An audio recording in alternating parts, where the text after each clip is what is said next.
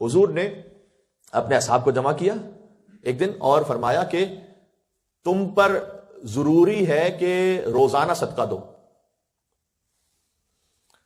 اچھا یہ واجب فقہی والا ضروری نہیں ہے، یعنی اس کی اہمیت بہت زیادہ ہے کہ تم روز صدقہ دو.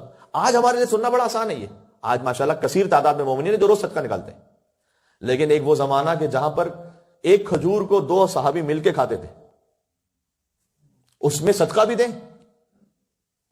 کھجور کی گٹلی منہ پہ رکھتے تھے تاکہ احساس ہو کہ ہاں کچھ کھا رہے ہیں.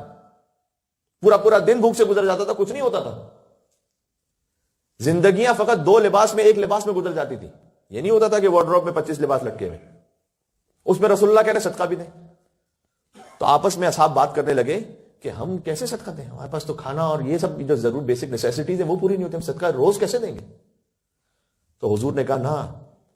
پھر فرمایا کہ راہ میں کوئی رکاوٹ ہو، اس رکاوٹ کو مسافر کے لیے دور کر دینا بھی صدقہ ہے.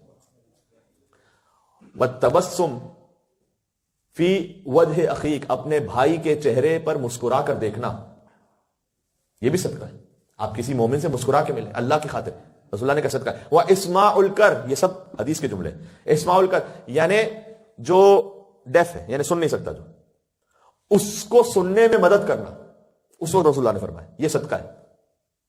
اس سے علماء نے یہ بھی استفادہ کیا ہے کہ مثلا فرض کیا اگر کوئی بلائنڈ ہے، اس کو راہ چلنے میں مدد کر رہا. پھر کہا وَرَدُّ السلام، سب سے آسان، کہ سلام کا جواب دینا یہ بھی صدقہ ہے. سبحان اللہ. پھر حضور نے کہا کہ تمہارا کوئی دن بھی صدقے کے بغیر نہیں جانا چاہیے. یہ مراد ہے.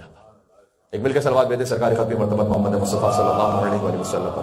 اللہم صل علی محمد وعلی محمد وعجل فرجہ یا علی.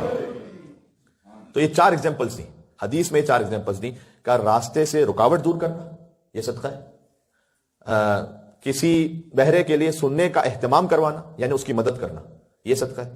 پھر کہا مسکرا کر اپنے مومن بھائی سے ملنا یہ صدقہ ہے. اور پھر سلام کا جواب دینا. سلام کا جواب بھی اگر آپ کسی کو محبت خلوص کے ساتھ دیتے ہیں، آپ سمجھے آپ نے صدقہ دیا. کتنا خوبصورت دین ہے ہمارا، کتنا خوبصورت دین. تو دین اس مجموعے کا نام ہے. دین اس میں اخلاقیات بھی شامل ہے، دین اس میں فقہ بھی شامل ہے، دین اس میں آداب بھی شامل ہے.